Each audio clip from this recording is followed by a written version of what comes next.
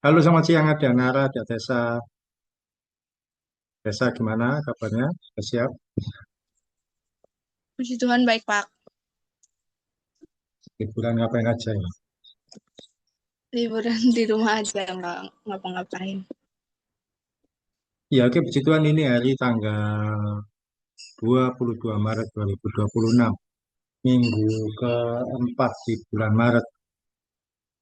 Ya, suasana masih liburan karena juga ini di saudara-saudara kita di iman yang lain mereka merayakan hari raya yang kedua. Ya, kita diberi kesempatan untuk belajar firman Tuhan. Kita berdoa lebih dulu. Kita bersatu hati dalam doa. Tuhan Yesus, terima kasih. Kami boleh berkesempatan untuk belajar-Mu. Beri kami hikmat-Mu, kemampuan yang baik, dan juga fasilitas yang ada bisa berfungsi dan kami gunakan sebaik mungkin. Terima kasih Tuhan, dari awal sampai selesainya, serahkan jalannya pembelajaran firman Tuhan ini dalam nama Yesus. Amin. Iya, bukan hanya saudara-saudara kita yang mereka dalam iman lain, mereka merayakan hari raya yang kedua, juga di iman Kristen, sekarang ini kita sedang masuki minggu-minggu sengsara, yaitu minggu-minggu menjelang kematian Tuhan Yesus. Yang minggu depan itu yang terakhir, kemudian minggu ke depannya lagi sudah merayakan Paskah. Ya, puji Tuhan. Hari ini kita akan belajar satu bagian firman Tuhan yang sehubungan dengan eh, peristiwa penyaliban Tuhan Yesus. Saya beri judul 7 perkataan Tuhan Yesus di kayu salib. Ada 7 perkataan Tuhan Yesus, karena itu saya bagi dua. Ini yang seri pertama dulu. Dulu. Iya, iya, iya, iya, iya, iya.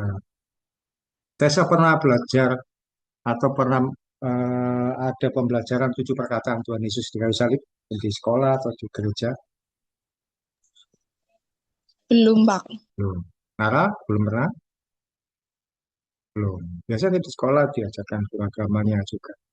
Ya, ini sudah banyak diajarkan oleh gereja dan saya menyampaikan untuk kalian dalam versi yang lain yang kiranya boleh jadi berkat. Tapi 7 perkataan Tuhan Yesus di kayu salib ini sudah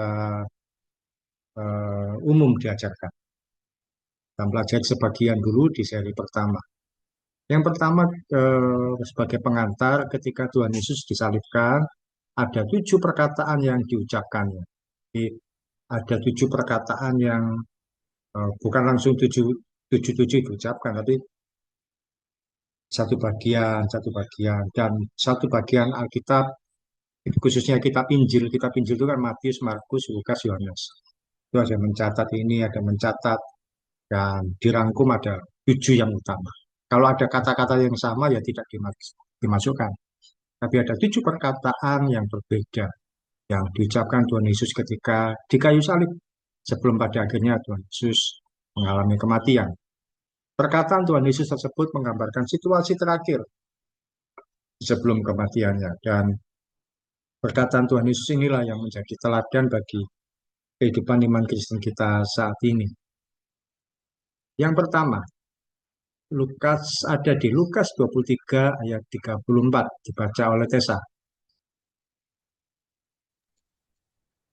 Lukas 23 ayat 34, Yesus berkata, "Ya Bapa, ampunilah mereka, sebab mereka tidak tahu apa yang mereka perbuat." Dan mereka membuang undi untuk membagi pakaiannya. Iya, ini perkataan ini sudah terkenal. Tuhan Yesus berkata, ampuni mereka sebab mereka tidak tahu yang mereka perbuat. Bukan berarti mereka yang melakukan itu tidak tahu kalau mereka memukul, tidak tahu kalau mereka uh, mengolok Tuhan Yesus. Tapi maksudnya Tuhan Yesus apa? Dari dalam hati mereka, dari dalam motivasi mereka. Mereka tidak tahu bahwa yang mereka lakukan itu salah. Mereka berbuat memukul Tuhan Yesus, ada yang meninju mukanya, ada yang meludahi, ada yang mengolok-olok. Ya. Mereka tahu, mereka sadar, dalam keadaan sadar melakukan. Tapi dalam hati mereka, mereka tidak tahu bahwa yang mereka lakukan itu salah. Karena itu Tuhan Yesus dengan tulus berkata, Bapa ampuni mereka. Dan kalau ada kalimat di bawah itu mereka membuang undi untuk membagi pakaiannya. Jadi pakaiannya Tuhan Yesus itu kan pakaian yang bagus. Itu tidak dirobek-robek, tapi diambil, kemudian diundi di antara prajurit Romawi. Siapa yang boleh membawa pulang pakaian Tuhan Yesus itu. Yang pertama, Tuhan Yesus mengucapkan apa? Perkataan pengampun. Waktu disalib, Tuhan Yesus masih sempat-sempatnya memberikan pengampun. Padahal yang menyakiti adalah orang terdekat, orang-orang yang pernah ditolong, dan juga prajurit Romawi yang tidak ada urusan apapun. Siapa orang yang terdekat? Di antaranya kita kenal ada nama Yudas Iskariot. Yudas Iskariot yang mengkhianati Tuhan Yesus. Dia yang tahu di mana posisi Tuhan Yesus. Dia yang tahu Tuhan Yesus sedang apa. Karena itu dia membawa rombongan orang-orang untuk menangkap Tuhan Yesus. Yudas ini orang terdekat. Kenapa? Karena kemana-mana Tuhan Yesus berada, dia mengikuti. Tuhan Yesus melayani dimanapun, Yudas mengikuti. Bahkan dikatakan di Alkitab, Yudas Iskariot adalah bendaharanya, pemegang keuangan. Jadi dia adalah orang yang terdekat. Terus ada orang-orang yang pernah ditolong, tapi menyakiti siapa? Bisa jadi orang-orang yang mengolok-olok Tuhan Yesus di jalanan waktu Tuhan Yesus membawa salib. Itu adalah orang-orang yang pernah disembuhkan. Ada bisa jadi orang-orang yang pernah dapat mujizat 5 roti 2 ikan. Atau orang-orang yang pernah mengalami kebaikan Tuhan Yesus. Tapi kemudian mengolok-olok Tuhan Yesus. Dan juga prajurit Romawi. Prajurit Romawi ini kan tidak ada urusan apapun. Tidak kenal apa-apa. Tapi mereka menganiaya Tuhan Yesus. Mereka menyakiti Tuhan Yesus. Walaupun Tuhan Yesus sudah berbuat baik pada mereka. Tapi pengampunan Tuhan Yesus tidak bersyarat. Semua diampuni. Apapun kesalahan yang mereka perbuat. Dan Tuhan Yesus tidak menyebutkan kesalahan. Maksudnya begini, oh yang ini saya ampuni, yang ini tidak saya ampuni. Semua diampuni. Sebab Tuhan Yesus menganggap mereka tidak mengetahui kesalahan mereka. Tuhan Yesus di kayu salib itu melepaskan pengampunan. Tanpa syarat untuk semuanya yang menyakiti Tuhan Yesus. Siapapun itu. Meskipun Tuhan Yesus kondisinya luka-luka, kesakitan. Tapi dia berkata, Bapa ampunilah mereka. Sebab mereka tidak tahu yang mereka perbuat. Ini ada gambar Tuhan Yesus disalib. Jika di kayu salib inilah Tuhan Yesus mau mengampuni orang-orang yang buat jahat pada diri. Kata-kata penguatan dari saya yang pertama, apakah kita berani mengampuni orang yang menyakiti kita? Padahal dia sudah pernah kita tolong, atau sudah mengalami kebaikan, kita berbuat baik pada mereka, tapi melukai hati kita. Beranikah kita mengampuni orang-orang itu? Tuhan Yesus sudah memberi teladan yang paling baik. Dia tidak menuntut, dia tidak menyalahkan, dia menerima semua perlakuan pada diri. Sharing kita yang pertama, apakah kamu pernah mengampuni orang lain yang salah? Padahal orang itu pernah kamu tolong, orang itu kamu pernah berbuat baik. Maka pernah kamu mengalami disakiti balik, dan kamu sudah berbuat baik. Tapi kamu memilih untuk mengampuni. Nara pernah mengalami, ya, kamu berbuat baik sama orang, tapi orangnya buat yang jahat sama Nara, terus Nara mengampuninya. Pernah, mana ceritanya?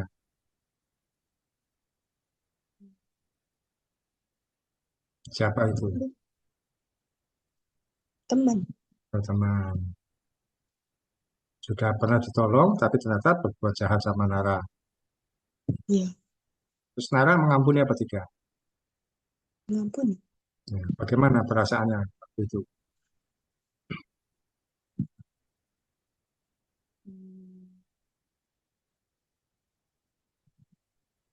Kecewa.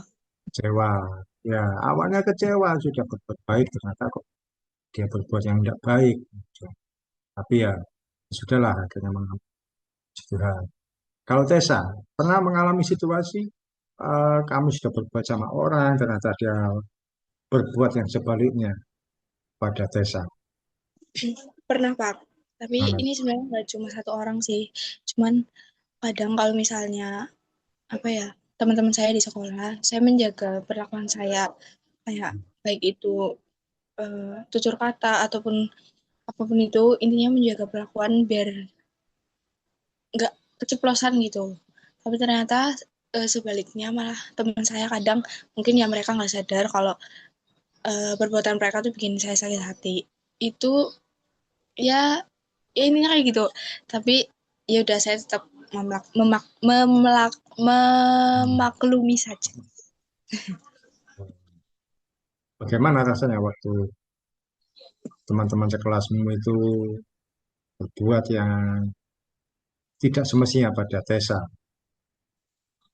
Kalau saya sih jujur kayak ya kecewa juga karena kayak di sini saya berusaha biar nggak bikin mereka sakit hati, tapi ternyata mereka malah kayak gitu.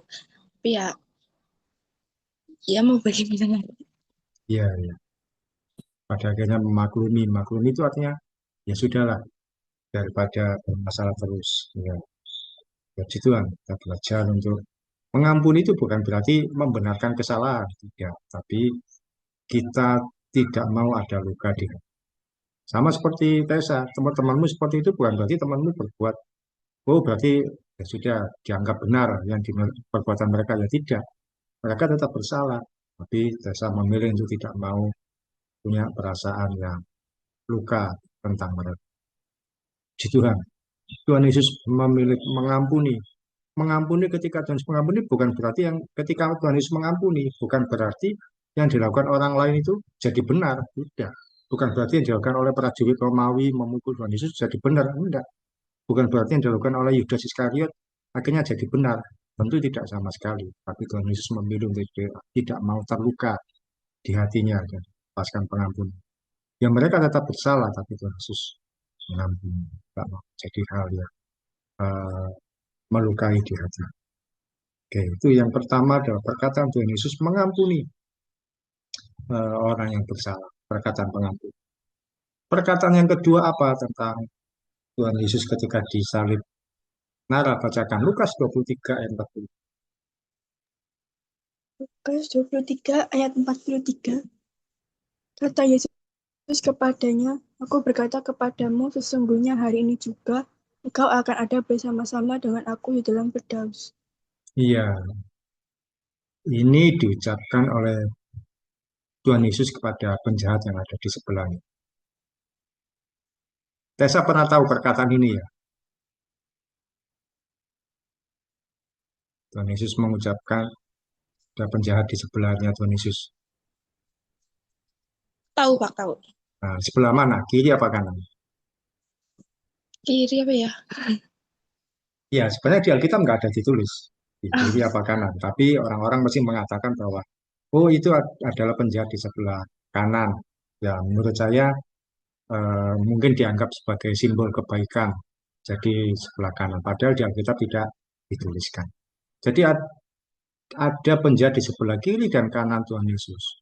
Itu salah satu penjahat berkata, kalau kamu memang Tuhan, turunkan dirimu dari kayu salib. Dan penjahat satunya berkata bahwa kita seharusnya memang mati di sini disalibkan, tapi dia tidak layak dihukum bersama kita.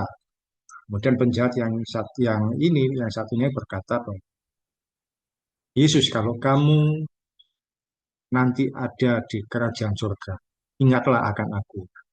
Dan Tuhan Yesus mengucapkan perkataan yang saya tuliskan di ayat ini, aku berkata kepadamu sesungguhnya hari ini, engkau akan ada bersama-sama dengan aku di dalam Firdaus. Perkataan yang kedua yaitu menjamin keselamatan penjahat yang bertobat. Di kiri dan kanan ada dua orang penjahat yang disalibkan bersama Tuhan Yesus. Di Alkitab memang tidak dituliskan, tapi ada tradisi Yahudi yang berkata bahwa yang satu yang menghujat namanya Gestas, yang satu lagi yang bertobat namanya Dismas. Karena itu di Katolik ada Santo Dismas, itu adalah disebut sebagai penjahat yang bertobat. Nah, jadi saya menuliskan yang satu yang menghujat, yang satu yang bertobat. Nah, itu lebih tepat daripada yang kiri dan kanan. Nah, penjahat yang mengaku Yesus sebagai raja selalu digambarkan sebagai penjahat yang bertobat di detik terakhir. Orang yang berdosa, yang bertobat di detik terakhir. Itu adalah seorang yang dosa yang bertobat di titik terakhir. Namanya Dismas. Seperti itu. Anugerah Tuhan Yesus memang tidak terbatas. Dia mau mengampuni seseorang sekalipun di akhir hidupnya. Jadi ketika penjahat itu tadi kan dia bertobat di akhir hidupnya. Dia berkata, kalau kamu memang raja, kamu sudah di kerajaan surga, ingatlah akan aku. Dia bertobat, dia mengakui Yesus sebagai raja. Dan Tuhan Yesus mengampuni dia, Tuhan Yesus mengatakan bahwa hari ini kamu ada di Firdaus. Dijanjikan untuk ditempatkan di Firdaus. Firdaus itu apa? Firdaus itu taman yang indah di kerajaan surga. Sekali lagi taman, ya. Bukan rumah, bukan kerajaan. Kalau misalkan ada rumah atau ada istana atau ada rumah, tapi ada tamannya, taman yang bagus. Mengapa hanya di taman? Karena dia tidak bertobat di awal dan tidak sempat melayani Tuhan, tidak seperti yang lain seperti Rasul Petrus, Yohanes, Yakobus, atau murid-murid Yesus yang lain. Dia hanya tinggal di taman saja, tidak memperoleh rumah yang kekal. Tidak seperti kita yang dari awal atau kita ada kesempatan untuk belajar firman Tuhan, kita ada kesempatan melayani Tuhan, kita satu kali, nanti Tuhan panggil pulang, ya kita dapat mahkota, kita dapat rumah di surga. Tapi orang yang bertobat di akhir hidupnya, dia hanya dapat ditempatkan di Firdaus. Hanya di taman yang indah itu ya memang bagus, taman yang indah. Tapi dia tidak, nah, dia tidak bersungguh-sungguh dalam Tuhan dari awal. Itu adalah bentuk keadilan Tuhan. Kalau penjahat itu tadi dimasukkan di surga, di rumah yang bagus, ya tentu Tuhan tidak adil. Tapi keadilan Tuhan, dia ditempatkan tetap di surga, tapi di bagian tengah. Itu jadi penjahat yang bertobat. Ada seorang penjahat bertobat di salah satu sisi Tuhan Yesus yang disalibkan. Nah, ini ada gambarnya. Tuhan Yesus disalibkan, kiri kanan ada penjahat, di sekitarnya ada pasukan Romawi. Penjahat di salah satu sisi Yesus mau bertobat dan mengakui Tuhan Yesus sebagai Raja. Karena itu Tuhan Yesus menjanjikan, hari ini kamu ada di Firdaus. Karena itu kata-kata penguatan saya berikutnya, gunakan kesempatan hidup ini sebaik mungkin untuk mengasihi Tuhan Yesus. Jangan menunggu kesempatan terakhir. Belum tentu kita mendapatkan kesempatan tersebut. Sekali lagi, gunakan kesempatan hidup sebaik mungkin. Mumpung masih muda, masih punya waktu, mumpung masih punya usia yang panjang, bahkan mungkin nantinya kalau mumpung masih punya uang, dan mumpung masih punya talenta, kemampuan, gunakan kesempatan hidup sebaik mungkin untuk mengasihi Tuhan, melayani Tuhan. Jangan dikasih kesempatan waktu, ternyata menyanyiakan, tidak mau baca firman Tuhan, menyanyiakan, tidak mau melayani Tuhan, hanya digunakan waktunya untuk main, untuk hal yang lain. Gunakan kesempatan hidup sebaik mungkin untuk mengasihi Tuhan. Jangan menunggu kesempatan terakhir. Kesempatan terakhir itu apa? Yes, nanti saja terakhir. Kan seperti penjahat itu. Dia bertobat di kesempatan terakhir terus masuk surga. Nah, belum tentu kita mendapatkan kesempatan tersebut. Karena apa? Tidak selalu kita tahu kapan kita. Nah, hari-hari ini kan, hari-hari orang itu sedang merayakan Lebaran. Nah, beberapa waktu yang lalu, ada orang naik motor. Dia mudik dari luar pulau, luar Jawa, dari kota Gorontalo. Dia naik motor ketika kurang 3 kilometer lagi, mau di tempat tujuan di Klaten. Orang naik motor mudik ini ternyata jatuh kecelakaan. Padahal kurang sedikit saja. Paling berapa menit dia nyampe. Atau di perjalanan yang kurang sebentar itu dia meninggal. Kan sayang sekali. Orang yang dikunjungi pun juga, yang ditempati pun jadi kasihan, jadi kedukaan, jadi harus kerepotan untuk memakamkan dan sebagainya. Yang namanya musibah. Tapi kita tidak selalu tahu kapan kesempatan terakhir bagi kita. Kalau sakit pun belum tentu orang juga memanfaatkan obat. Jadi, selagi kita punya kesempatan hidup yang baik, selesaikan atau gunakan untuk si Tuhan. Ada kesempatan baca firman Tuhan, baca Tuhan. sempat melayani Tuhan ya lakukan. Atau apapun yang terbaik yang bisa kita lakukan. Nah, diskusi yang kedua saya ajak untuk kita sharing atau menurut kalian, bagaimana ada pendapat seperti ini? Lebih baik berbuat dosa sepuasnya, nanti menjelang meninggal baru bertobat. Kan pasti masuk surga juga. Sama seperti penjahat itu kan, menjelang meninggal dia baru. Ketika kita berbuat kesalahan, sepuasnya terus ketika mau meninggal kita bertobat, kalau Tuhan berkenan ya Tuhan mengampuni kita. Tapi bagaimana kalau seperti itu? Lebih baik berbuat dosa sepuasnya, nanti menjelang meninggal baru bertobat, kan masuk surga juga. Kalau menurut Tessa, gimana menurut pendapat ini?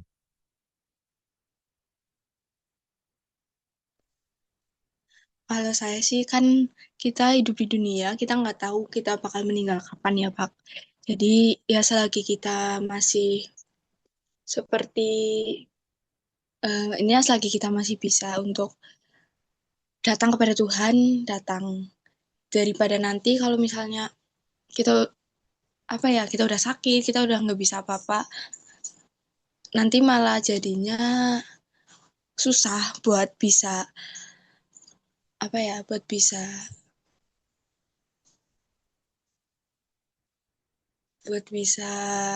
datang ke Tuhan. Intinya saya sih lagi kita masih bisa bertobat.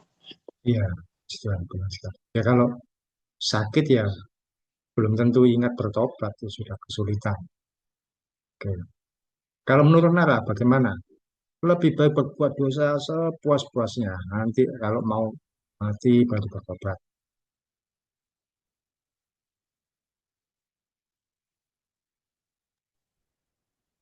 Jawabannya sama.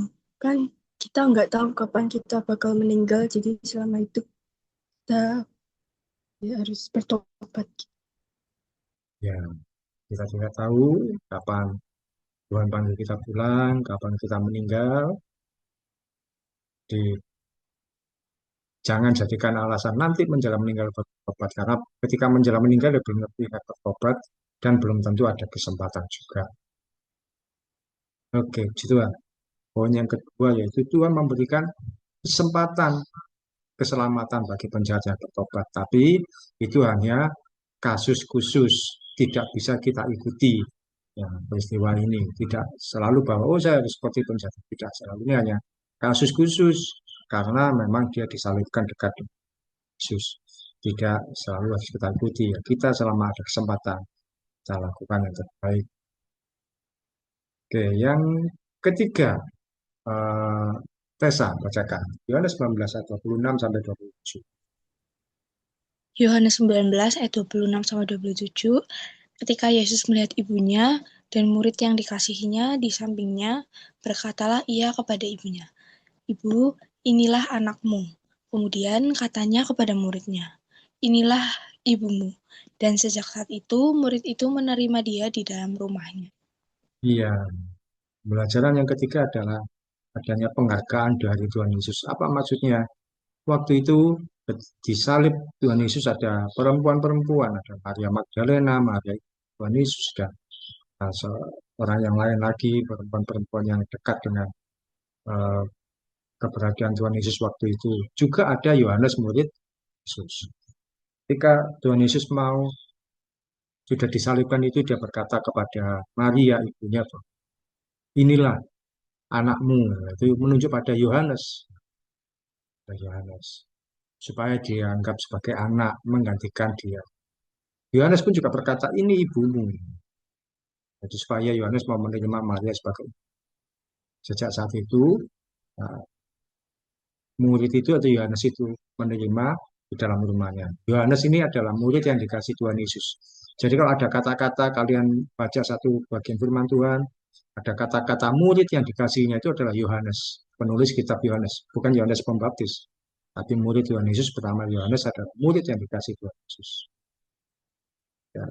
Tuhan Yesus bertanggung jawab pada Maria. Kenapa? Maria ketika ditinggalkan Tuhan Yesus, siapa yang bertanggung jawab? Dia menyerahkan pada Yohanes. Tapi juga Tuhan Yesus pun menghargai Yohanes. Sampai detik terakhir. hanya Yohanes yang ada di dekat Tuhan Yesus. Sekali lagi sampai detik terakhir ketika Tuhan Yesus disalib, hanya ada nama Yohanes yang ada di dekat Tuhan Yesus. Murid-murid yang lain melarikan diri. Ada ayat berkata, murid-murid melarikan diri. Mereka takut ketahuan sebagai murid Tuhan Yesus. Petrus menyangkal Tuhan Yesus. Murid yang lain pun juga takutan. Mereka meninggalkan Tuhan Yesus. Sehingga Tuhan Yesus menghadapi salib itu seorang diri. Tapi masih ada Yohanes. Yohanes adalah murid yang setia. Ketika kita mau setia dengan Tuhan Yesus, dia akan menyediakan penghargaan yang tak terhitung.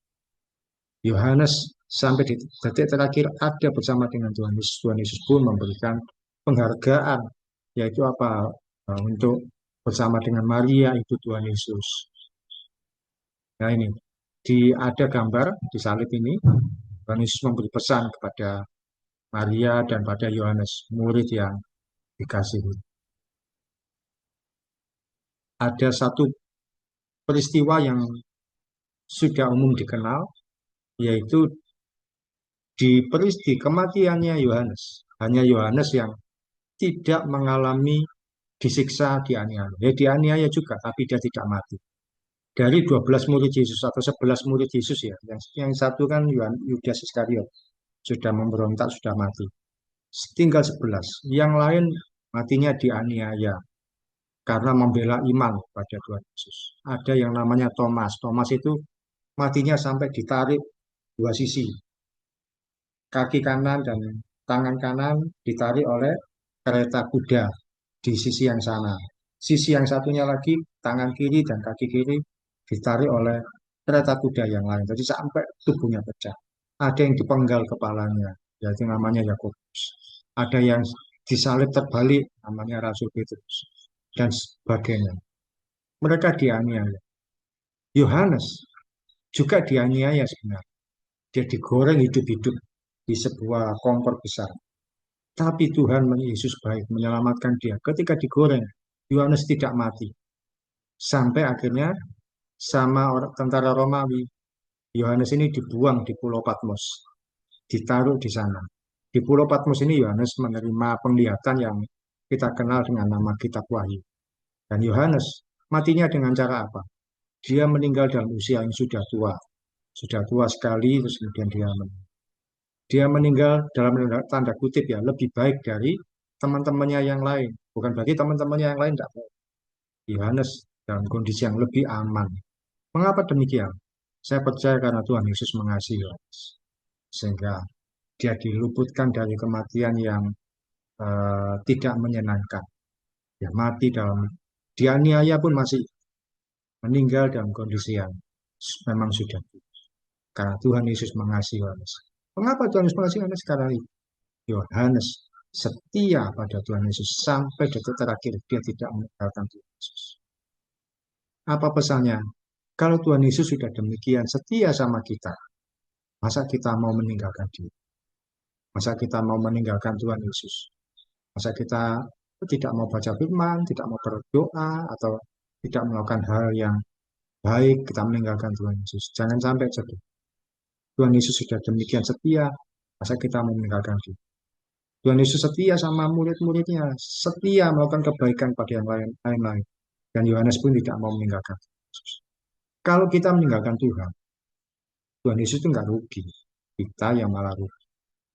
Karena itu jangan sampai kita meninggalkan Yesus. Diskusi kita yang ketiga adalah berupa pertanyaan. Apakah kamu mau setia mengikuti Tuhan Yesus dalam kondisi dan situasi apapun juga? Bahkan saat situasinya tidak menyenangkan. Kalau Nara, apakah mau setia mengikuti Tuhan Yesus dalam kondisi dan situasi apapun juga? Mau. Ya, Tuhan. Tessa, apakah kamu mau setia mengikuti Tuhan Yesus sekalipun situasinya tidak menyenangkan? Mau. Ya, Tuhan. Ini adalah komitmen kita masa muda yang mau mengikuti Tuhan Yesus sekalipun situasinya tidak menyenangkan. Mau setia. Tuhan Yesus tidak akan menutup mata, pasti akan memberkati kita, menyediakan penghargaan, membuat kita mengalami hal-hal yang baik, tidak terbaik. Poin yang keempat, yang terakhir, Nara, Matius 27 ayat 46. Matius 27 ayat 46. Kira-kira jam 3 berserulah Yesus dengan suara nyaring. Eli, Eli, lama sabachthani. Artinya, Allahku, Allahku, mengapa engkau meninggalkan aku?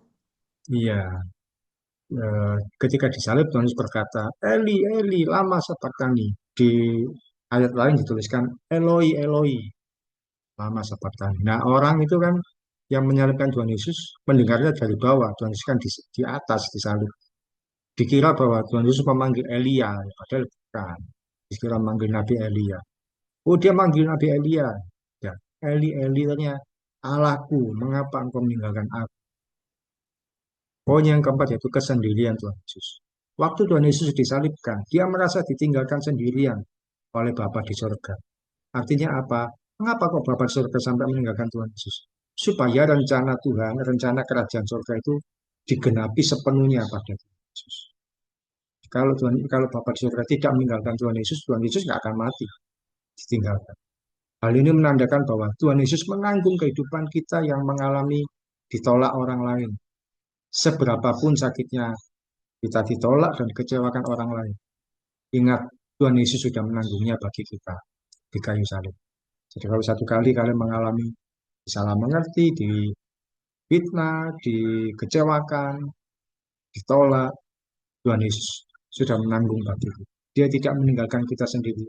Sebab dia sudah mengalami sakitnya ketika situasi sendirian itu. Dan ini ada gambarnya, Tuhan Yesus memandang ke langit. Dia pakai mahkota duri. Di salibnya tertuliskan, inilah Raja orang Yahudi. Itu adalah kalimat olok-olok. Dan dia berkata, Eli, Eli, lama sabachthani. Yesus berseru pada Bapa di surga. Poin yang terakhir, kata-kata penguatan saya, Tuhan Yesus mengalami ditolak, dilecehkan, dan dihina. Supaya kita tidak merasa sendirian ketika mengalaminya. Sebab Tuhan Yesus sudah lebih dulu menghadapinya. Poin terakhir, diskusi terakhir, dalam hidupmu sejauh ini, apakah pernah kamu mengalami ditolak atau disendirikan oleh orang lain? Kamu nggak diajak berteman atau disendirikan, pokoknya ditolak, tidak dianggap oleh orang lain. Nara pernah mengalami atau nah, Belum. belum pernah? Tuhan. Kalau Tessa, apakah pernah mengalami dalam situasi hidupmu sejauh ini? Ditolak, disendirikan, dikecewakan, atau tidak dianggap? Kalau dulu pernah waktu kelas 10, jadi ceritanya saya sama teman saya, ini kan sebangku. Nah, kita tuh sama-sama Kristen juga. Terus eh, istilahnya saya sama teman sebangku saya ini juga pinternya sama gitu, kayak 11-12. Hmm. Terus ya berkelompok itu kan pasti guru ngasih tugas buat berkelompok gitu. Nah, saya punya dua teman yang sering saya jadiin biar masuk ke kelompok saya sama teman saya ini yang Kristen. Nah, tapi itu setiap ada tugas kelompok dari 4 orang ini yang kerja itu cuma saya sama teman saya. Bahkan waktu itu pernah meneliti tentang sejarah sekolah. Itu waktunya cukup lama, 1 bulan.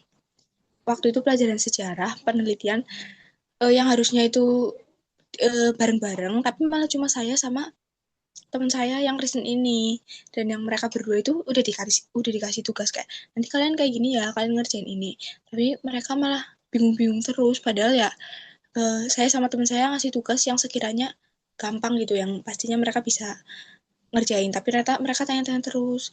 Terus akhirnya kayak mereka tuh kayak mungkin capek apa putus asa ya, karena nggak bingung gitu sama tugas yang saya kasih. Terus saya sama teman saya ini sempat ya gede gitu, karena kayak kita udah ngerjain banyak banget, kita ngasih tugas kayak gitu aja mereka nggak bisa ngerjain. Terus akhirnya malahan besoknya tuh yang dijauhin tuh saya sama teman saya yang Kristen, karena mikirnya kayak eh, kita nggak mau bantuin, kita nggak mau ngasih tahu gitu, padahal juga kita sendiri tuh punya tugas masing-masing Pak. Jadi ya intinya kita waktu itu pas di kelas itu kayak nggak apa ya, nggak dianggap gitu, kayak nggak dianggap ada kita berdua. Terus kita berdua juga nyadar, padahal saya sama teman saya yang ini tuh ngerasa kayak kita tuh udah intinya itu kayak udah jadi circle gitu loh, Pak, berempat gitu. Tapi ternyata malah kayak gitu. Terus ya awalnya saya kayak ya udah sana orang, aku nggak salah kok, saya mikirnya gitu, aku nggak salah kok, karena ya apa ini saya menyalahkannya mereka, awalnya kayak gitu. Tapi dipikir-pikir seiring berjalannya waktu, yang biasanya kita berempat kita ngobrol, tapi kok ini kayak malah saya jadi berdua doang gitu. Saya akhirnya sedih, terus saya doa sama Tuhan. Waktu itu kurang lebih 1 bulan saya doa terus kayak biar kita tuh bisa rukun lagi, dan puji Tuhan malah mereka yang mendekat lagi ke kita, ke saya sama teman saya. Ya, Tuhan. Karena mereka pun juga akhirnya menyadari bahwa mereka sebenarnya ada dalam situasi yang salah, yang keliru. Ya, ketika Tessa dalam situasi seperti itu, percaya bahwa Tuhan Yesus tidak meninggalkan. Karena Tuhan Yesus pun juga ada dalam situasi yang hampir serupa atau bahkan lebih parah dari yang biasa alami. Karena itu ketika ditinggalkan, ditolak sama mereka, dibuang sama Tuhan Yesus masih bersama Tessa. Karena itulah yang membuat Tessa bisa mendoakan mereka. Karena Tuhan Yesus kasih Tuhan masih bersama. Puji Tuhan, hari ini kita selesaikan 7 perkataan Tuhan Yesus di kayu salib, yaitu pengampunan. Kemudian dia juga memberikan keselamatan bagi orang yang bertobat di akhir hidup. Tuhan Yesus juga memberikan penghargaan untuk orang yang setia. Dan yang terakhir bahwa Tuhan Yesus mengalami penolakan supaya kita tidak perlu merasa kesepian. Dan kiranya ini menjadi berkat bagi kita, terutama di minggu-minggu menjelang peringatan kematian Tuhan Yesus. Oke, Nara bisa tutup doa. Mari kita berdoa. Tuhan Yesus, kami berusaha menyaksikan Komsel pada hari ini, dan sebentar lagi kami akan melanjutkan aktivitas kami masing-masing. Dalam Tuhan Yesus, haleluya, amin. Amin. Tuhan, terima kasih Nara dan Desa atas memberkati. Terima kasih, Pak.